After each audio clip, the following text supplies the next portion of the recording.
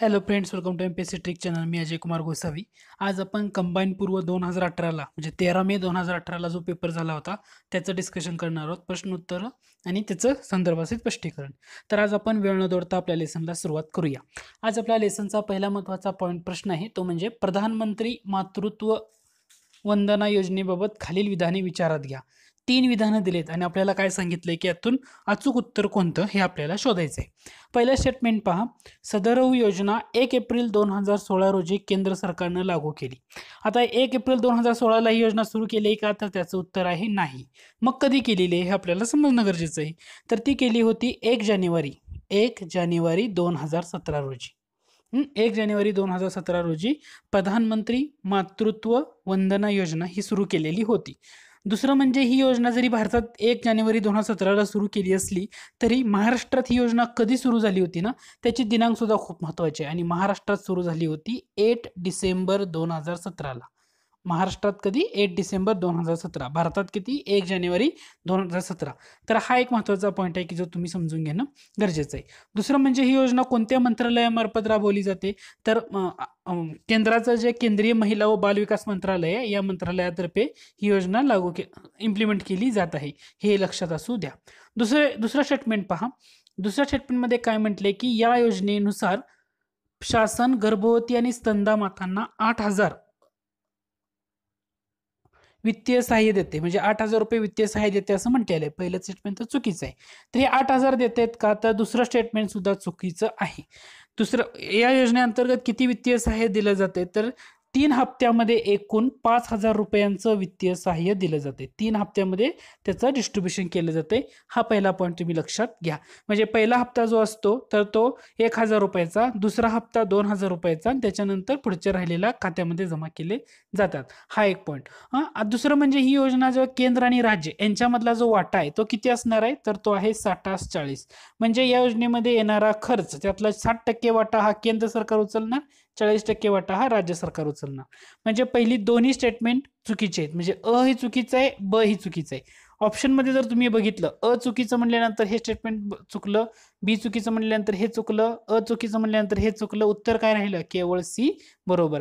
आणि गर्भवती महिलांना आणि स्तनदा मातांना रोख रकमेद्वारे त्यांचे आरोग्य सुधारणे हे देखील योजनेचे उद्दिष्ट आहे. म्हणजे 1,000 अगोदर दिले जातात, त्यानंतर दुसऱ्या हप्त्यामध्ये 2,000 रुपये दिले जातात प्रसूतीपूर्व तपासणी केल्यानंतर, आणि नंतर गर्भधारणा झाल्यानंतर पुढचे राहिलेले पैसे आहेत ना, तर ते खात्यावर जमा केले जातात. त्यामुळे तिसरं स्टेटमेंट काय असणार आहे तुमचं, बरोबर असणार आहे. ओके, आय होप हा तुमचा पॉईंट क्लिअर झाला असेल. त्यानंतर पुढचे प्रश्न पहा. काही करंट अफेअरचे असे प्रश्न आहेत की त्या काळचे आहेत, त्यामुळे आपल्याला त्याचा उपयोग नाहीये. त्यामुळे आपण डायरेक्ट नव्या प्रश्नावर येतोय. या प्रश्नामध्ये बघा, काही ठिकाणी गाव किंवा शहर अ गटामध्ये दिलेत आणि ब गटामध्ये काही प्रकल्प दिले, त्याच्या जोड्या लावायचे. यातलं जर तुम्ही एक जरी पॉईंट तुम्हाला ओळखायला आला, फॉर एक्झाम्पल नवेगाव म्हणल्यानंतर नागझिरा आहे, एवढं जर तुम्हाला समजलं तर तुम्ही सी ला 1 ज्या ठिकाणी ते तुमचं उत्तर असणार आहे. आता सी ला 1 कुठं आहे, पहिल्या पर्यायामध्ये, म्हणजे तुमचं उत्तर काय असणार आहे, तर पहिलं प्रश्न असणार आहे. पवनी तालुका गोसी खुर्द येते, त्याच्यानंतर चिचपल्ली ते बाबू संशोधन केंद्र, आणि त्यानंतर नागपूर माझी मेट्रो, असं राहिलेलं बाकी जोड्या लावता येतात. म्हणजे एक जर समजलं तर तुम्ही त्याचं उत्तर देऊ शकता. पुढचा प्रश्न पहा. महाराष्ट्र राज्य महिला आयोगाचे डॅश डॅश हे महत्वाचे कार्य आढळते. महाराष्ट्र राज्य महिला आयोग म्हटलेलं आहे. ह्याच्यामध्ये तुम्हाला काय करायचं आहे, आता स्टेटमेंट बघितलं, तिसरं स्टेटमेंट जर तुम्ही नीट पाहिलं, राज्य विधानसभा आणि स्थानिक संस्थांमधील महिलांच्या निवडणुका घेणे. आता महिला आयोगांचं निवडणुका घेण्याचं कार्य आहे का, नाही. त्यामुळे सी तुमचा इलिमिनेट होतो. सी इलिमिनेट होता म्हणजे पर्याय क्रमांक 3 जातो. त्या सी इलिमिनेट झाल्यामुळं डी पण तुमचा गेलेला आहे. राहिला ए आणि बी, त्याचं उत्तर आहे ए आणि बी, हे लक्षात घ्या. म्हणजे महाराष्ट्र राज्य महिला आयोगाचं काय काम आहे, तर राज्यातील ज्या स्त्री आहेत त्यांच्या सक्षमीकरणाच्या प्रगतीचं मूल्यमापन करणं. भारतीय संविधानामधले जे आर्टिकल्स आहेत 38, 39, 39A, 42 याच्यामध्ये दिलेली काही महत्त्वाची निदर्शक तत्वे आहेत ना, हे सुद्धा अंमलात आणण्याचं काम महाराष्ट्र राज्य महिला आयोगाचं आहे. आता याच्या संदर्भामध्ये तुम्हाला इतर गोष्टी सुद्धा लक्षात ठेवणं गरजेचं आहे. फॉर एक्झाम्पल, भारतामध्ये महाराष्ट्र महिला आयोगाची स्थापना कधी झाली, तर ती झाली होती 1992ला. आणि त्याच्यानंतर महाराष्ट्रामध्ये काय झालेलं आहे, महाराष्ट्र राज्य महिला आयोगाची स्थापना झाली. मग महाराष्ट्र राज्य महिला आयोगाची स्थापना कशी झाली, तर ती झाली 25 जानेवारी 25 जानेवारी म्हणजे एक लिहितोय मी 1993, 25 जानेवारी 1993ला एक अध्यादेश जारी करण्यात आला आणि त्या अध्यादेशान्वये महाराष्ट्र राज्य महिला आयोगाची स्थापना झालेली आहे. तर हा पहिला महत्त्वाचा पॉईंट आहे. पुढे 25 एप्रिल 1993 रोजी राज्य सरकारनं त्याचा जो अधिनियम आहे 25 एप्रिलला तो अधिनियम नंतर पारित केला. अगोदर एक अध्यादेश काढला होता 25 जानेवारी 1993ला, त्याच्या थ्रू याची स्थापना केली आणि अधिनियम कधी पास केला तर अधिनियम पास केला होता 25 एप्रिल 1993. ही सुद्धा तारीख 25 एप्रिलच आहे. फक्त 3 महिन्यांनी तो अधिनियम पास करण्यात आलेला होता. बरं, महाराष्ट्र राज्य महिला आयोगाचं मुख्यालय कुठे येतं तर ते येतं मुंबईला. कुठे येतं? मुंबईला. हाही पॉईंट तुम्ही जरूर लक्षात ठेवायचं. मुख्यालय कुठे येतं? दुसरं म्हणजे याच्यामध्ये महिला आयोगामध्ये अध्यक्ष असतात, 6 गैरसदस्य, 6 गैरसदस्य, एक सदस्य सचिव असतो आणि राज्याच्या पोलीस महासंचालकाचा सुद्धा महाराष्ट्र महिला आयोगामध्ये समावेश केलेला आहे. हा एक पॉईंट एक थोडासा लक्षात ठेवण्यासारखा आहे. एक अध्यक्ष प्लस 6 काय असतात? 6 त्याचे गैरसदस्य असतात. 6 गैरसदस्य प्लस एक सचिव आणि राज्याचे पोलीस महासंचालक असतात ना, ते सुद्धा याच्यामध्ये इन्क्लूड केलेले आहेत. म्हणजे स्त्रियांचा जो दर्जा सुधारणं, आत्मसन्मान त्यांना मिळवून देणं, अशी बरीचशी कार्य आहेत. ओके, हा पॉईंट तुम्ही क्लिअर करून घ्या की तुम्हाला राज्य महाराष्ट्र महिला आयोगाबद्दल बऱ्याचशा गोष्टी माहीत असाव्यात. पुढचा पॉईंट आहे तो म्हणजे दारिद्र्य रेषेखालील श्रेणीतील ज्येष्ठ नागरिकांना भौतिक साधने आणि सहाय्यक साधने उपलब्ध करून देण्यासाठी केंद्र शासनाने कोणती योजना सुरू केली? सगळ्यात सिंपलच आहे, ते म्हणजे राष्ट्रीय वयोश्री योजना सुरू केलेली होती. आता तुम्हाला काय करायचं आहे, ही जी राष्ट्रीय वयोश्री योजना आहे ती कधी सुरू झाली त्याची डेट आहे ना, तर ती कमेंट बॉक्समध्ये तुम्हाला मेन्शन करायची आहे. ओके, त्यानंतर पुढचा जो प्रश्न आहे तो थोडासा अवघड प्रश्न होता, कारण महाराष्ट्र जिल्हा परिषद व पंचायत समिती अधिनियम 1961 ना त्याच्यानुसार जोड्या लावायच्या होत्या. अ गटामध्ये काही महत्त्वाच्या गोष्टी, ब गटामध्ये आर्टिकल्स दिले होते. याच्यामध्ये कसं आहे, तर तुम्ही पुस्तक वाचताना जर तुम्ही युनिक अकॅडमीचा खंड वाचत असाल तर तुम्हाला बेस्ट आहे, त्यातून बऱ्याचशा गोष्टी क्लिअर होतात. फॉर एक्झाम्पल, तुम्हाला ते पुस्तक नीट वाचल्यानंतर 1-2 गोष्टी नक्की समजतात. त्यातली पहिली महत्त्वाची आहे ती म्हणजे जिल्हा परिषद अंतर्गत ज्या विविध समिती आणि रचना आहे ना, तर महाराष्ट्र जिल्हा परिषद आणि पंचायत समिती अधिनियम 1961 आहे ना, त्यातलं आर्टिकल येतं 78. एवढं तुम्हाला त्यातून समजून जातं. जर एवढं तुम्हाला समजलं तर तुमचं उत्तर डायरेक्ट तुम्ही करू शकता. ते म्हणजे अ ला 2 नंबर कुठे आहेत तर फक्त दुसऱ्याच पर्याय क्रमांकामध्ये. असंही उत्तर तुम्ही टॅकल करू शकला असता. म्हणजे ते पुस्तक जर नीट वाचलं असेल तर खंड आहेत, 1 आणि 2 खंड आहेत युनिक अकॅडमीचे, तर त्याच्यामध्ये ते बरंचसं कव्हर आहे. दुसरं म्हणजे गट विकास अधिकाऱ्यांची नेमणूक, ते कोणतं येतं? आर्टिकल 97. त्यानंतर पंचायत समिती सभापती उपसभापती यांचा अधिकार आणि कार्य आर्टिकल 76 आणि मुख्य कार्यकारी अधिकारी यांचं अधिकार व कार्य आर्टिकल 95. आता याच्यामध्ये फक्त मी जर टॅकल केला असेल तर फक्त पहिल्या ऑप्शनवरून टॅकल करू शकलो असतो, ते म्हणजे झेडपीच्या अंतर्गत ज्या विविध समिती आणि रचना आहेत ना, तर आर्टिकल 78. ते पुस्तक जर नीट वाचलं असेल तर तुम्हाला ते समजून जाईल. पुढचा प्रश्न आहे तो म्हणजे खालीलपैकी कोणते विषय समवर्ती सूचीमध्ये आहेत? याचं उत्तर जर बघितलं, वीज समवर्ती सूचीमध्ये येतं, विवाह घटस्फोट समवर्ती सूचीमध्ये येतं, कामगार संघटना हे सुद्धा समवर्ती सूचीमध्ये येतं. येत काय नाही तर वजन मापे त्यांच्या मानकांची स्थापना हे त्यामध्ये येत नाही. म्हणजे उत्तर अ, ब, ड. पुढचा प्रश्न आहे तो म्हणजे अयोग्य विधानं शोधायचे. 4 विधानं दिलीत आणि ते सगळी विधाने आहेत राष्ट्रीय मागासवर्गीय आयोगाच्या बाबतीत. पहिलं लक्षात घ्या, राष्ट्रीय मागासवर्गीय आयोग हा वैधानिक संस्था आहे. वैधानिक संस्था म्हणजे त्याला आपण स्टॅच्युटरी बॉडी असं म्हणतो. तर ते स्टेटमेंट बरोबर आहे. त्याचबरोबर राष्ट्रीय मागासवर्गीय आयोग ही अर्धन्यायिक संस्था म्हणून कार्यरत करते. अर्धन्यायिक संस्था, त्यामुळे पहिलं स्टेटमेंट बरोबर आहे. दुसरं आहे, हा आयोग गृह खात्याअंतर्गत काम करतो का तर नाही, हा आयोग गृह खात्याअंतर्गत काम करत नाही. म्हणजे बी चुकीचा आहे. विचारले अयोग्य कोणता? बी चुकीचा आहे. बी ज्या ठिकाणी नसेल तो ऑप्शन इलिमिनेट होतो. पर्याय क्रमांक 3 इलिमिनेट झाला. त्याच्यानंतर ह्या आयोगाला इतर मागासवर्गातील व्यक्तींच्या तक्रारीमध्ये लक्ष देऊन सोडवण्यासाठीचे अधिकार देणे एवढे सक्षम करण्यात आलेले नाही. ते सुद्धा बरोबर आहे. स्टेटमेंट बरोबर आहे. आपल्याला विचारले अयोग्य कोणतं? अयोग्य म्हणजे सी तर नाहीये, हा ऑप्शन इलिमिनेट झाला, हाही इलिमिनेट झाला. उत्तर काय? बी आणि डी. आता डी मध्ये लक्षात घ्या, ह्या आयोगाची स्थापना 1990 मध्ये झाली आहे का? नाही, 1993. आयोग स्थापन करताना सुरुवातीला, त्याच्याबद्दल डिटेल माहिती आपण कव्हर करूया. सुरुवातीला लक्षात घ्या, याच्यामध्ये एक महत्त्वाचा खटला आहे, तो म्हणजे 1992 मध्ये झालेला मंडल खटला. ह्या मंडल खटल्याचा निकाल देताना सर्वोच्च न्यायालयानं असं म्हटलं होतं की केंद्र सरकारला कोणत्याही वर्गाच्या नागरिकांचा मागासवर्गीय सूचीमध्ये कमी समावेश, जास्त समावेश किंवा समावेश न करणं यासाठी एक तुम्ही वैधानिक संस्था स्थापन करा, असं सर्वोच्च न्यायालयानं केंद्र सरकारला सांगितलं होतं मंडल खटल्यामध्ये. मग त्यानुसार संसदेनं काय केलं, मागासवर्गीयांसाठी एक राष्ट्रीय आयोग अधिनियम 1993, राष्ट्रीय आयोग अधिनियम 1993 संमत केला आणि 1993 मध्ये जो national commission for backward classes स्थापन करण्यात आला.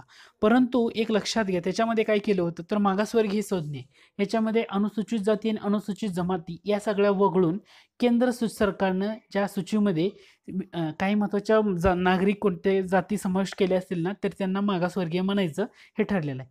आता राष्ट्रीय मागासवर्गीय आयोग चर्चेत का आला, तर त्याच्यासाठी महत्त्वाचं आहे ते म्हणजे 130व घटना दुरुस्ती 123व घटना दुरुस्ती विधेयक.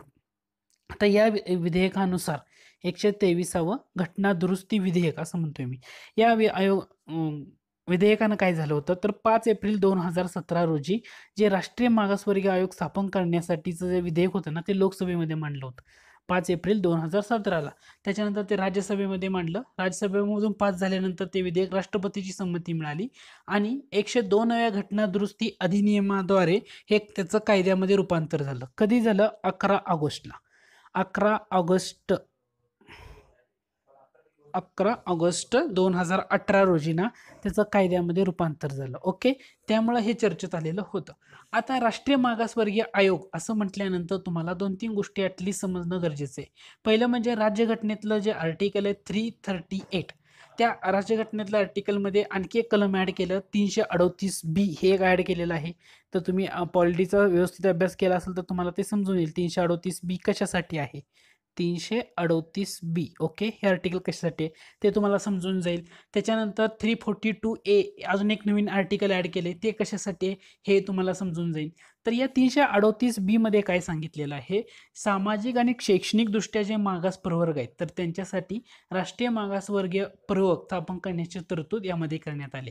मग आता हे जे स्थापन करण्यात आलेली आहे याच्यामध्ये एक काय असणार आहे, अध्यक्ष असणार आहे, एक उपाध्यक्ष असणार आहे आणि इतर 3 असे एकूण 5 सदस्य असणार आहेत. एक अध्यक्ष, एक उपाध्यक्ष आणि इतर 3 असे 5 सदस्य.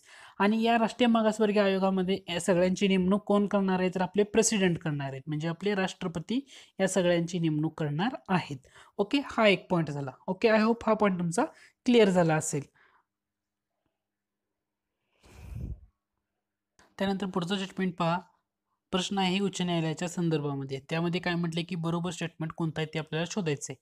पहिला आहे, उच्च न्यायालयात प्रलंबित कामे असतील तर 2 वर्षापेक्षा जास्त नसलेल्या तात्पुरत्या काळासाठी राष्ट्रपतीस उच्च न्यायालयात अतिरिक्त न्यायाधीश नेमण्याचा अधिकार आहे. म्हणजे उच्च न्यायालयामध्ये अतिरिक्त न्यायाधीश नेमण्यात येतात का, तर येतात. तर त्याच्यामध्ये कसं असतं, समजा उच्च न्यायालयामध्ये बरीचशी कामं प्रलंबित असतील तर 2 वर्षापेक्षा जास्त नाही एवढा त्यांचा कालावधी असतो. त्याच्या कमी कालावधीसाठी अतिरिक्त न्यायाधीश नेमण्याचा अधिकार राष्ट्रपतींना देण्यात आलेला आहे. त्यामुळे पहिलं स्टेटमेंट बरोबर आहे. दुसरं स्टेटमेंट पहा, जेव्हा मुख्य न्यायाधीशाव्यतिरिक्त उच्च न्यायालयाच्या कायमस्वरूपी न्यायाधीशाच्या तात्पुरत्या अनुपस्थितीमुळे अथवा तो आपल्या पदाची कामे करू शकत नाही, तेव्हा राष्ट्रपती उच्च न्यायालयात प्रभारी न्यायाधीश नियुक्त करू शकतात. म्हणजे पहिला होता तो उच्च न्यायालयामध्ये अतिरिक्त न्यायाधीश नेमण्याचा अधिकार राष्ट्रपतींना आहे, तर आहे. दुसरा आहे तो म्हणजे प्रभारी न्यायाधीश नियुक्त करण्याचा अधिकार आहेत का, तर आहे. त्यामुळे पहिली दोन्ही स्टेटमेंट बरोबर आहेत. परंतु तिसरा स्टेटमेंट जर तुम्ही पाहिलं, अतिरिक्त न्यायाधीश असो अथवा प्रभारी न्यायाधीश वयाची 65 वर्ष पूर्ण झाल्यानंतर ते पदावर राहू शकत नाहीत. वयाची 65 म्हटल्यानंतर हे चुकीचं ठरते. दुसरं म्हणजे उच्च न्यायालयासाठी आणखी एक महत्त्वाची गोष्ट, उच्च न्यायालयाचा जेव्हा तुम्ही अभ्यास करत असाल तर घटना दुरुस्तीमधली एक घटना दुरुस्ती तुमची तोंडपाठ असणं गरजेचं आहे. ती म्हणजे 7वी घटना दुरुस्ती. म्हणजे अ आणि बी बरोबर आहे. 7वी घटना दुरुस्ती आहे किती सालाची, 1956 सालाची. का महत्वाचे आहेत, तर 2 किंवा अधिक राज्यांसाठी एक संयुक्त उच्च न्यायालय किंवा संयुक्त दोन्हीसाठी एक मिळून एक उच्च न्यायालय असेल असं कोणत्या घटना दुरुस्तीने म्हटले, तर ते 7वी घटना दुरुस्ती. 7व्या घटना दुरुस्तीनं तुम्हाला पाठ असणं गरजेचं आहे ज्यावेळी तुम्ही उच्च न्यायालयाच्या संदर्भामध्ये घटना दुरुस्तीचा अभ्यास करत असाल तेव्हा. पुढचा प्रश्न पहा. प्रश्न आहे, खालीलपैकी कोणत्या कारणासह राज्य भाषण व अभिव्यक्ती स्वातंत्र्यावर वाजवी बंधने घालू शकते. आर्टिकल 19 सब कलम 1A याच्यामध्ये म्हटलेलं आहे. हे जर तुम्ही नीट बघितलं, 5 तुम्हाला घटक दिले तर त्यामध्ये कोणतं बरोबर हे शोधायचं आहे. यामध्ये तुम्ही नीट अनालिसिस केलं तर 2 नंबरचा ऑप्शन जर तुम्ही नीट पाहिला, अल्पसंख्याकांचे संरक्षण, हे त्याच्यामध्ये येत नाही. हे डेफिनेटली तुमचं क्लिअर झालं. जर अल्पसंख्याकांचं संरक्षण त्यामध्ये येत नाही तर दुसरा ऑप्शन तुमचा इलिमिनेट होतो, पहिला ऑप्शन इलिमिनेट होतो, चौथा ऑप्शन सुद्धा इलिमिनेट होतो. राहिलं काय, पर्याय क्रमांक 3 ACDE. ओके, हे त्याच्यामध्ये येतं. म्हणजे आर्टिकल 19 सब कलम 1 मध्ये 6 स्वातंत्र्य बहाल करण्यात आलेली आहेत. त्याच्यामध्ये भाषण अभिव्यक्ती स्वातंत्र्य येतं, शांततापूर्ण किंवा निशस्त्र एकत्र जमण्याचं स्वातंत्र्य येतं, असे बरेचसे स्वातंत्र्य त्यामध्ये देण्यात आलेले आहेत. हे प्रश्न तुम्हाला लगेच क्लिअर होऊन जाईल. त्यानंतर पुढचा प्रश्न येतो म्हणजे प्रौढ मताधिकार प्राप्त देशांच्या जोड्या जुळवायचे. आता याच्यामध्ये तुम्ही बघितलं तर आता काय दिले, श्रीलंका, मलेशिया, ऑस्ट्रेलिया, आफ्रिका दिले आणि इकडे इयर दिलेले आहेत. यामध्ये श्रीलंका म्हटल्यानंतर आपल्याला 1955 हे लगेच समजून जातं. श्रीलंका 1955 आहे का? एक मिनिट. श्रीलंका, मलेशिया, ऑस्ट्रेलिया आणि दक्षिण आफ्रिका असं दिलेलं आहे. त्याच्यामुळे श्रीलंका आहे तो सगळ्यात जुना आहे, म्हणजे 1931 येतं बरोबर. त्याच्यानंतर मलेशिया म्हटलं की 1955 येतं. त्यानंतर ऑस्ट्रेलिया म्हटलं की 1962 येतं आणि साऊथ आफ्रिका म्हटल्यानंतर 1994 येतं. त्याच्यामुळं पर्याय काय येणार, एला 3, 2, 4 म्हणजे पर्याय क्रमांक 2 ही तुमचं काय असणार आहे, अचूक उत्तर असणार आहे. ओके. त्यानंतर पुढचा जो प्रश्न आहे की पुढीलपैकी अयोग्य जोडी शोधायला सांगितलेली. त्याच्यामध्ये आर्टिकल दिले 343, 45, 48 आणि 51. 351ची सगळी रेंज आहे आणि याच्यामध्ये शोधायला सांगितले. याच्यामध्ये तुम्ही जर बघितलं 343 आर्टिकल म्हटले ते कशासाठी येतं, संघाची अधिकृत भाषा याच्या संदर्भामध्ये येतं 343. त्यामुळे अ बरोबर आहे. जर अ बरोबर आहे म्हटल्यानंतर हे झालं. त्याच्यानंतर दुसरं महत्वाचं म्हटलं 351 हिंदी भाषेच्या विकासाचे निर्देश, हे सुद्धा बरोबर आहे. 351 मध्ये हिंदी भाषेच्या विकासासाठी निर्देश म्हणून दिलेला आहे. कारण 350, 350A, 350B आणि 351 हे ना विशेष आदेश म्हणून दिलेले महत्वाचे भाषेच्या संदर्भातले आर्टिकल्स आहेत. त्याच्यामुळे अ आणि ड तर तुमचं बरोबर आहे. आता 345ला काय म्हटलंय त्यांनी, तर सर्वोच्च न्यायालय आणि उच्च न्यायालय कायदे, विधेयक इत्यादीसाठी वापरण्याची भाषा. आता हे याच्यामध्ये दिलेलं आहे का, तर ते आर्टिकल 348 मध्ये दिलेलं आहे. ओके. त्याच्यामुळे 345 हे तुमचं चुकीचं आहे. मग 345 मध्ये काय दिलेलं आहे, तर अधिकृत भाषा किंवा राज्याची, घटक राज्याची. म्हणजे इथं त्यांनी काय केलेलं आहे, पहिलं अ बरोबर आहे, ड बरोबर आहे. 345 म्हणजे पाहिजे होतं घटक राज्याची अधिकृत भाषा किंवा अनेक भाषा, आणि 348 म्हणजे पाहिजे होतं सर्वोच्च न्यायालय, उच्च न्यायालय, कायदे, विधेयक इत्यादीसाठी वापरण्याची भाषा.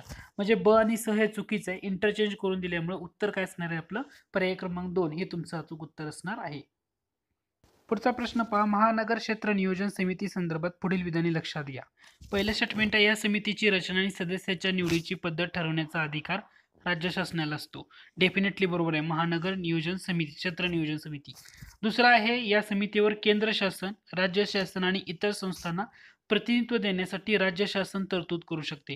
तर हे दोन्ही स्टेटमेंट बरोबर आहेत. राज्य शासनाला असा अधिकार आहे की समजा या समितीवर केंद्र शासनाला किंवा इतर संस्थानिक प्रतिनिधीला प्रतिनिधित्व द्यायचंय, त्याच्यासाठी राज्य शासन तरतूद करू शकते. मग आता प्रश्न असा वाटतो की विचारले काय, चुकीचं कोणतं, चुकीचं कोणतंच नाहीये, म्हणजे वरीलपैकी एक नाही, हे तुमचं उत्तर असणार. आता पुढचा जो प्रश्न आहे थोडा महत्वाचा आहे, तो म्हणजे काय म्हटले, पुढीलपैकी कोणत्या राज्यात अनुसूचित जमातीसाठी लोकसभेच्या जागा राखीव आहेत. आता अनुसूचित जातीसाठी कोणाला आहेत, अनुसूचित जमातीसाठी कोणाला आहेत, याचं उत्तर जर बघितलं तर ते उत्तर येते ओडिशा. ओडिशा जे राज्य आहे, या ओडिशा राज्यामध्ये अनुसूचित जमातीसाठी किती जागा राखीव आहेत, 5. आणि इतर जे राज्य आहेत म्हणजे बिहार असेल, बिहारमध्ये अनुसूचित जातीसाठी राखीव जागा आहेत, तिथं आहेत एकूण 6. त्याच्यानंतर ओडिशामध्ये सुद्धा अनुसूचित जातीसाठी सुद्धा काही जागा राखीव आहेत, 3 जागा आहेत. तमिळनाडूमध्ये सुद्धा अनुसूचित जातीसाठीच राखीव जागा आहेत, तिथं आहेत 7. आणि जे उत्तर प्रदेश आहे त्याच्यामध्ये सुद्धा अनुसूचित जातीसाठी काही जागा राखीव आहेत, त्यात आहेत 17. परंतु एक ओडिशा असं राज्य आहे, ह्या ओडिशा राज्यामध्ये अनुसूचित जातीसाठी किती जागा राखीव आहेत, 3 आहेत, आणि अनुसूचित जमातीसाठी किती जागा राखीव आहेत, 5. तर हे 2008 मध्ये जे मतदारसंघाचं परिसीमन झालं त्यानंतरच्या ह्या जागा आहेत. पुढचा प्रश्न आहे, कालानुक्रमाने रचना करा. आता याच्यामध्ये काय दिलं, दुसरी गोलमेज परिषद, नेहरू अहवाल, गांधी अरविंद करार आणि जाती निवड. अगोदर तुम्हाला हे कधी घडले ही इयर वाईज माहित असणं गरजेचं आहे. फॉर एक्झाम्पल दुसरी गोलमेज परिषद. आता ह्या दुसऱ्या गोलमेज परिषदेचा एक्झॅक्ट तारीख जर बघितली तर ती आहे 7/9/1931. ओके, 7/9/1931 म्हणजे 7 सप्टेंबर 1931 ला ही परिषद भरली होती. ते कितीपर्यंत आहे, टू कितीपर्यंत होती ती, 1 डिसेंबर पर्यंत होती, म्हणजे 1/12/1931 पर्यंत पहिली व दुसरी गोलमेज परिषद ही चालू होती. त्याच्यानंतर गांधी अरविंद करार. गांधी अरविंद करार एक्झॅक्टली डेट तुम्ही सांगू शकाल का, परीक्षेसाठी खूप महत्वाचं आहे. ह्याच्या अगोदर जे वन लाईनर टाईप प्रश्न विचारले जात होते ना, त्यामध्ये हा महत्वाचा प्रश्न किंवा फेमस प्रश्न होता. त्याची तारीख आहे 5 मार्च 1931 आहे. कशाची, गांधी अरविंद कराराची, 5 मार्च 1931. त्याच्यानंतर नेहरू अहवाल म्हटल्यानंतर 1928-29च्या रेंजमध्ये, एवढं लक्षात ठेवलं तरी चालेल. आणि जातीय निवाडा जो आहे, जातीय निवाडा म्हटल्यानंतर 1932 मधला. ओके, जातीय निवाडा. तारीख सांगायची झाली तर 16 ऑगस्ट आहे त्याला, 16 ऑगस्ट, 16 ऑगस्ट 1932. मग आता काय म्हणते, कालानुक्रमाने याच्या जोड्या लावायच्यात आपल्याला, क्रम लावायचा आहे. मग पहिल्यांदा काय येणार, नेहरू अहवाल येणार. हा, पहिल्यांदा काय येणार आहे याच्यामध्ये, नेहरू अहवाल येणार, कारण 1929 आहे त्यामुळे पहिला क्रमांक नेहरू अहवालाचा असणार. त्याच्यानंतर दुसरं पहा तुम्ही, दुसरं काय येणार तुम्हाला, तर गांधी आयर्विन करार येणार 2 नंबरला येणार, कारण 5 मार्चला आहे ना 1931ला, त्याच्यामुळे गांधी आयर्विन करार दुसऱ्या नंबरला येणार. त्यानंतर दुसरी गोलमेज परिषद 3ऱ्या नंबरला, कारण ते 7 सप्टेंबर ते 1 डिसेंबर 1931 पर्यंत झालं होतं. आणि 4थ्या नंबरला काय येणार, जातीय निवाडा येणार. म्हणजे BCAD असं अशा प्रकारे असेल तिथं, ते तुमचं उत्तर असणार. म्हणजे पर्याय क्रमांक 3 मध्ये BCAD दिलेलं आहे, हे तुमचं काय असणार आहे, अचूक उत्तर असणार आहे. पुढचा प्रश्न आहे तो म्हणजे 1857च्या उठावात होळकर तटस्थ होते, परंतु त्यांच्या संस्थानातील पुढीलपैकी कोणत्या ठिकाणी शिपायाची बंड झाली होती. सिंपलचा प्रश्न आहे. याच्यामध्ये होळकर जरी तटस्थ असले तरी महू आणि इंदोर हे जे 2 संस्थान होते की या संस्थानामधल्या शिपायांनी बंड केलेली होती, त्यामुळे उत्तर पर्याय क्रमांक 2 आहे. आता याच्यामध्ये तुम्हाला एक लक्षात घ्या, का भारतातील काही संस्थानिक होते किंवा जे राजे रजवाडे होते ना, त्यांनी उठावामध्ये भाग घेतला होता, बलिदान पण दिलेलं होतं स्वतःचं. परंतु याच्यामध्ये महत्त्वाचे येतात ते म्हणजे बादशाह बहादूर शाह असेल, पेशवा नानासाहेब, किंवा झाशीची राणी लक्ष्मीबाई असेल, किंवा कुंवर सिंह बिहारच्या साईडला गेला तर, त्यानंतर बेगम हजरत महल जे अवध साईडला गेला तर तुम्हाला तिथं पाहायला मिळतो. परंतु बहुसंख्य संस्थानिक असे राहिलेत की जे ब्रिटिशांच्या बाजूने राहिली. फॉर एक्झाम्पल शिंदे, होळकर हे तटस्थ राहिलेले आहेत. हैदराबादचा निजाम, ग्वाल्हेरच्या शिंदे घराण्याच्या संस्थानिक सैनिकांनी बंड पुकारलं होतं. ऍक्च्युली त्याच्यामध्ये स्वतः शिंदे जे आहेत ना, ते ब्रिटिश सत्तेशी एकनिष्ठ राहिले. परंतु त्यांच्यामधले 2 महत्त्वाची संस्थान आहेत की जे तुम्हाला लक्षात ठेवावे लागतील. महू आणि इंदोर या 2 ठिकाणी शिपायांनी बंड केलेली होती. त्यामुळे अचूक उत्तर आहे पर्याय क्रमांक 2. त्यानंतर पुढचा प्रश्न, 1920 मध्ये भारतात प्रथम हाय कमिशनर म्हणून डॅश डॅश यांची नेमणूक करण्यात आली. आता 1920 मध्ये हाय कमिशनर म्हणून कोण आले होते, तर सर विल्यम मेयर हे पहिले हाय कमिशनर म्हणून नेमणूक झाली होती. आता हाय कमिशनर हे पद कोणत्या कायद्याने निर्माण झालं, तर 1919चा जो भारत सरकारचा कायदा आहे, भारत सरकार विषयक कायदा असं म्हटलं जातं. आता या कायद्यामधल्या महत्त्वाच्या गोष्टी याच्यामध्ये ना, एकूण आर्टिकल किती होती, तर कलम होती 47 या कायद्यामध्ये. आता या कायद्यामधून काय झालं, तर जो भारत मंत्री आहे, या भारत मंत्र्याचा पगार भारताच्या तिजोरीतून दिला जात होता. आता या कायद्यानं काय झालं, तर तो इंग्लंडच्या अगोदर, म्हणजे याच्या अगोदर कसं होतं की भारत मंत्र्याचा पगार भारताच्या तिजोरीतून दिला जायचा, परंतु या कायद्यानं झालं तो पगार इंग्लंडच्या तिजोरीतून देण्याची व्यवस्था करण्यात आली. इंडियन काउन्सिलमधल्या सदस्यसंख्या वाढवण्यात आली, बऱ्याच गोष्टी झाल्या. त्याच्यामध्ये सगळ्यात महत्त्वाचं येतं ते म्हणजे हाय कमिशनर हे पद या कायद्यानं निर्माण करण्यात आलं आणि त्याच्यासाठी भारतीय उच्चायुक्त असं नाव देण्यात आलं होतं. आणि पहिल्यांदा हाय कमिशनर म्हणून सर विल्यम मेयर यांची नेमणूक झालेली आहे. पुढचा प्रश्न आहे की 1873 मध्ये बंगालमधील कोणत्या जिल्ह्यातील शेतकऱ्यांच्या संघटना स्थापन केली, तर ह्याचं उत्तर आहे ते म्हणजे पबना. आता हे लक्षात तुम्हाला कसं ठेवावं लागणार आहे, तर जमीनदाराच्या ज्या मागण्या जास्त वाढल्या होत्या त्याला विरोध करण्यासाठी ना, मे महिन्यातल्या 1873 मध्ये जे पबना जिल्ह्यामधलं, तर त्यामध्ये युसुफशाही परगणा असं म्हटलेलं आहे, त्यामधल्या शेतकऱ्यांनी आपली एक संघटना उभी केलेली होती. आणि या संघटनेने शेतकऱ्यांच्या ज्या सार्वजनिक सभा आहेत त्या सुद्धा स्थापन केलेल्या तुम्हाला पाहायला मिळतात. तर हे लक्षात राहू द्या की बंगालमधलं पबना या जिल्ह्यातील शेतकऱ्यांची संघटना स्थापन केली होती, युसुफशाही परगण्यातील, हेही लक्षात ठेवायचं. पुढचा प्रश्न आहे तो म्हणजे ऑपरेशन पोलो हे कोणते संस्थान भारतीय संघराज्यात विलीन करण्यासाठी चालवले होते. उत्तर आहे हैदराबाद. तर हैदराबादच्या निजामाने जेव्हा शरणागती पत्करली आणि जो सामीलनामा आहे त्याच्यावर सही केली, ती तारीख मला लक्षात ठेवायची आणि ती तारीख आहे 18 सप्टेंबर 1948. ओके, 18 सप्टेंबर 1948 जो हैदराबादचा निजाम आहे तर त्यानं त्या सामीलनाम्यावर सही केलेली होती. पुढचा प्रश्न आहे की पुढील नियतकालिके कोणी सुरू केली, विद्यार्थी, काँग्रेस आणि साधना. तर ही सगळी नियतकालिका आहेत साने गुरुजींच्या संदर्भामध्ये. साने गुरुजींचं नाव काय, पांडुरंग सदाशिव साने. जन्म जर बघितला तर जन्म आहे 24 डिसेंबर 1899ला हा त्यांचा जन्म आहे. ठिकाण आहे कोकणामधलं जे पालगड आहे त्या पालगडमध्ये त्यांचा जन्म झालेला आहे साने गुरुजी यांचा. हां, तर ते एक लक्षात ठेवा. आता त्याच्यामध्ये त्यांनी जे विद्यार्थी मासिक सुरू केलं, पहिल्यांदा तुम्हाला लक्षात घ्यावं लागेल विद्यार्थी. हे सुरू केलं होतं 1928 साली. 1928 साली त्यांनी विद्यार्थी नावाचं मासिक सुरू केलेलं होतं. त्याच्यानंतर काँग्रेस जे बघितलं, तर ते कधी सुरू केलंय तर 1938 मध्ये त्यांनी काँग्रेस हे साप्ताहिक स्वरूपामध्ये सुरू केलं होतं आणि सगळ्यात शेवटी केलं ते म्हणजे साधना. हे लक्षात ठेवायला खूप सोपं आहे. का सांगतो तुम्हाला? हे केलं 1948 म्हणजे तुम्हाला 10-10 वर्षाचा फरक आहे. 1928 विद्यार्थी विद्यार्थी काँग्रेस साधना, विद्यार्थ्यांना काँग्रेसची साधना केली असं लक्षात ठेवू शकता. विद्यार्थ्यानं काँग्रेसची साधना केली. क्रम कसा आहे? 1928, 1938 आणि 1948 असं तुम्ही लक्षात ठेवायला सोपं पडते. विद्यार्थ्यानं काँग्रेसची साधना केली. ही साने गुरुजींनी सुरू केलेली नियतकालिका आहेत. 1928 म्हटलं की विद्यार्थी, 1938 म्हटलं की काँग्रेस आणि 1948 म्हटलं तर साधना. हे तिन्ही नियतकालिका साने गुरुजींची तुम्ही लक्षात ठेवा. विद्यार्थ्यानं काँग्रेसची साधना केली. त्यानंतर पुढचं बघा, काही नाटकं दिलेली आहेत आणि इकडं व्यक्तींची नावं दिली आहेत. सिंपलसा प्रश्न आहे. किचकवत. किचकवत म्हटल्यानंतर आपल्याला एक कळतं की कृष्णाजी प्रभाकर खाडीलकर हे सगळ्या पर्यायामध्ये आहे. म्हणजे तुम्ही इथं टॅकल करू शकता का? नाहीये. त्याच्यानंतर स्वदेशी. स्वदेशी झालं. त्यानंतर वंगभंग आहे आणि सगळ्यात शेवटी येतं भीमराव. आता यातलं वंगभंग जर बघितलं तर ते वंगभंग येतं वासुदेव पुरुषोत्तम साठे. त्यामुळं सीला 2 असं कुठं आहे तर पहिल्या पर्यायामध्ये आहे. हे लक्षात घ्या.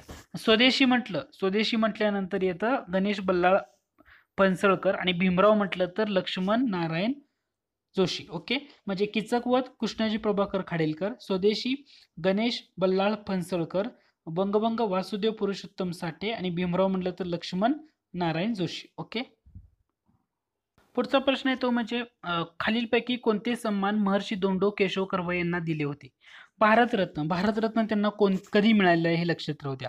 भारत सरकारने त्यांचा जो 100वा वाढदिवस होता म्हणजे 18 एप्रिल 1958ला 18 एप्रिल 1958ला भारतरत्न या सन्मानानं या किताबाने त्यांना सन्मानित करण्यात आलं देशाचा सर्वोच्च सन्मान देऊन. त्याच्यानंतर तुम्हाला आणखी काय लक्षात ठेवायचं आहे तर तुम्हाला डीलिट ही पदवी महर्षी धोंडो केशव कर्वे यांना मिळाली होती. तर कोणत्या विद्यापीठाने दिली होती तर दोन महत्त्वाची तुम्ही लक्षात ठेवू शकता, बनारस आणि पुणे.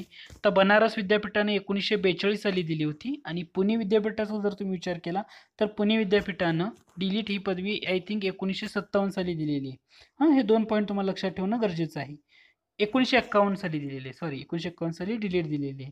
त्यानंतर मुंबई विद्यापीठाने त्यांना LLD ची पदवी दिली होती. LLD पदवी कुणी दिली आहे? मुंबई विद्यापीठानं. कधी दिली होती तर 1957 साली दिली होती. आणि पद्मविभूषण भेटलंय का तर हो. तर उत्तर काय असणार ह्याच्यामध्ये बघा ACD बरोबर असणारा कोणता पर्याय आहे? त्यामध्ये चौथा पर्याय येतो. त्यामुळे उत्तर काय असणार आहे तुमचं? पर्याय क्रमांक 4 हे तुमचं अचूक उत्तर असणार आहे. पुढचा प्रश्न पहा. कोल्हापूर प्रजा परिषदेची स्थापना डॅश डॅश यांच्या प्रयत्नाने सुरू झाली. 2 व्यक्ती आहेत. आता याच्यामध्ये तुम्ही जर 2 ऑप्शन बघितले, ज्यांना हे लॉजिक कळलं ते उत्तर डायरेक्ट सोडवू शकतात. फॉर एक्झाम्पल तुम्हाला कसं सांगतो मी तुम्हाला, इथं माधवराव बागल एक ऑप्शन दिलंय आणि इथं दिलंय खंडेराव बागल. आता हे दोन्ही बागल असल्यामुळे ह्यांच्यामध्ये काहीतरी रिलेशन असणार की नाही? हो. त्यामुळे लक्षात घ्या, हे जे खंडेराव बागल आहेत, या खंडेराव बागल यांचा मुलगा तो म्हणजे माधवराव बागल. खंडेराव बागलांचा मुलगा कोण? माधवराव बागल. खंडेराव बागल का फेमस आहे ते तुम्हाला सगळ्यांना माहिती आहे, कारण ते एक सत्यशोधक चळवळीतील एक प्रमुख कार्यकर्ते होते आणि यांचा मुलगा होता माधवराव बागल आणि माधवराव बागल हे काय झाले वडिलांमुळे ते सुद्धा त्या सत्यशोधक चळवळीकडे थोडंसं आकृष्ट झालेले होते आणि त्यामध्ये ते एक प्रमुख नेते म्हणून ते पुढे आलेले होते. कोल्हापूर प्रजा परिषदेची स्थापना करताना माधवराव बागल यांनी रत्नाप्पा कुंभार यांच्या साथीने केलेली होती. त्यामुळे उत्तर असणार आहे पर्याय क्रमांक 1. तर हा एक पॉईंट तुम्हाला पहिलं कन्सिडर करा की खंडेराव बागल आणि माधवराव बागल यांच्यामध्ये नातं काय आहे ते महत्त्वाचं असणं गरजेचं आहे. तर कोल्हापूर प्रजा परिषद म्हणजे कसं तर ही भाई बागल म्हटलं जातं त्यांना, भाई माधवराव बागल असं म्हटलं जातं. तर यांचं महत्त्वाचं कार्य काय आहे तर जे स्वातंत्र्यपूर्व काळामध्ये जे संस्थानी होती यांच्याकडून ना प्रजेवर होत असलेले बरेचसे अन्याय होते किंवा काही ठिकाणी जुलूम जबरदस्ती पण चालत होती. त्याच्यावर आपण आवाज उठवण्यासाठी त्यांनी ॲक्च्युली कोल्हापूर प्रजा परिषदेची स्थापना केलेली होती. त्यामुळे हा पॉईंट तुम्ही नक्की लक्षात ठेवा. उत्तर आहे पर्याय क्रमांक 1 हे तुमचं काय असणार आहे? बरोबर असणार आहे. मग आता याच्यामध्ये ना बऱ्याच गोष्टी आहेत, त्यांचं डिटेलमध्ये जर तुम्ही पाहायला गेला तर तुम्हाला बऱ्याच गोष्टी समजून घ्यायला फायदा होईल. तर हे एवढं लक्षात ठेवा. प्रश्न पहा पुढचा. कृष्णाजी प्रभाकर खाडीलकर हे डॅश डॅश यांचे अनुयायी झाले. कोणाचे झाले तर डेफिनेटली हे महात्मा गांधी यांचे अनुयायी झालेले होते. आता जेव्हा लोकमान्य टिळक यांचं निधन झालं त्याच्यानंतर त्यांचे महत्त्वाचे असलेले अनुयायी त्याच्यामध्ये खाडीलकर असतील किंवा त्या दुसरे आहे परांजपे, शिवरामपंत परांजपे हे असतील किंवा आणखी एक महत्त्वाचं आहे ते म्हणजे गंगाधरराव हे पण हे तिघं पण काय झालेलं आहे तर गांधीजींचे नंतर अनुयायी झालेले होते. हा पॉईंट तुम्हाला लक्षात ठेवणं गरजेचं आहे. पुढचा लक्षात घ्या की विष्णुबुवा ब्रह्मचारी आणि मशिनरी यांच्यातील वाद डॅश डॅश या पुस्तकात आढळतो. विष्णुबुवा ब्रह्मचारी म्हटल्यानंतर त्यांचं सगळ्यात महत्त्वाचं पुस्तक येतं ते म्हणजे समुद्र किनारीचा वादविवाद. आता त्यांनी भावार्थ सिंधू पुस्तक लिहिले, वेदोक्त धर्मप्रकाश असेल किंवा बोधसागर रहस्य असेल किंवा सुखदायिक राजप्रकरणी निबंध असेल, सेतुबंधनी टीका असेल, सहस्थितीचा निबंध असेल, असे बरेचसे त्यांनी महत्त्वाचे ग्रंथ लिहिलेले आहेत. परंतु त्यामधला जो समुद्र किनाऱ्याचा वादविवाद आहे त्याच्यामध्ये विष्णुबुवा ब्रह्मचारी आणि मशिनरी यांच्यातला वाद त्या पुस्तकात तुम्हाला पाहायला मिळेल. दुसरं महत्वाची गोष्ट विष्णुबुवा ब्रह्मचारी यांच्याबद्दल आणखी एक लक्षात ठेवायचं, त्यांचा जन्म कुठं झालाय. परीक्षेला अलीकडे जन्म समाजसुधारक दिले जातात अ गटामध्ये आणि ब गटामध्ये त्यांचं जन्माचं ठिकाण दिलं जातं आणि यांच्या जोड्या जुळवायला विचारलं जातं. आता विष्णुबुवा ब्रह्मचारी यांचा जन्म आहे 1825 सालचा. ओके, आणि कुठं झालेला आहे तर तो रायगड जिल्ह्यामध्ये आहे. पण रायगड जिल्ह्यामधलं ठिकाण कोणतं आहे हे सुद्धा तुम्हाला लक्षात राहणं गरजेचं आहे. ते ठिकाण आहे शिरवली. रायगड जिल्ह्यातल्या शिरवली या ठिकाणी विष्णुबुवा ब्रह्मचारी यांचा जन्म झालेला आहे. पुढचा प्रश्न आहे तो म्हणजे राष्ट्रीय काँग्रेसचे पहिले अध्यक्ष उमेशचंद्र बॅनर्जी यांनी राष्ट्रीय काँग्रेसच्या स्थापनेची मूलभूत उद्दिष्टे सांगितली. ती कोणती आहेत तर त्याच्यामध्ये राष्ट्रीय भावना आहे, ऐक्य भावनेचा विकास व दृढीकरण आहे. आता याच्यामध्ये धर्मनिरपेक्षता आणि सामाजिक समता किंवा समानता याचा त्यांनी सांगितलेली मूलभूत उद्दिष्टामध्ये येत नाही. पहिलं अधिवेशन कुठं भरलं होतं 28 डिसेंबर 1885 ला भरलेलं होतं. त्याच्या अगोदर एक इंडियन नॅशनल युनियन नावाची संघटना स्थापन केली होती ॲलन ह्यूम यांनी. तर इंडियन नॅशनल युनियन हे एक लक्षात ठेवा, इंडियन नॅशनल युनियन ही कधी ॲलन ह्यूम यांनी कधी स्थापन केली होती तर ती स्थापन केली होती 1884 ला. कधी केली होती 1884 ला ॲलन ह्यूम यांनी ती स्थापन केली होती. त्यामुळं हे जे ब आणि ड उत्तर आहे त्याचं राष्ट्रीय भावना आणि ऐक्य भावनेचा विकास व दृढीकरण हे त्यांच्या महत्वाच्या उद्दिष्टापैकी होते. 72 लोक हजर होती, बऱ्याचशा गोष्टी त्याच्यामध्ये दिलेल्या आहेत.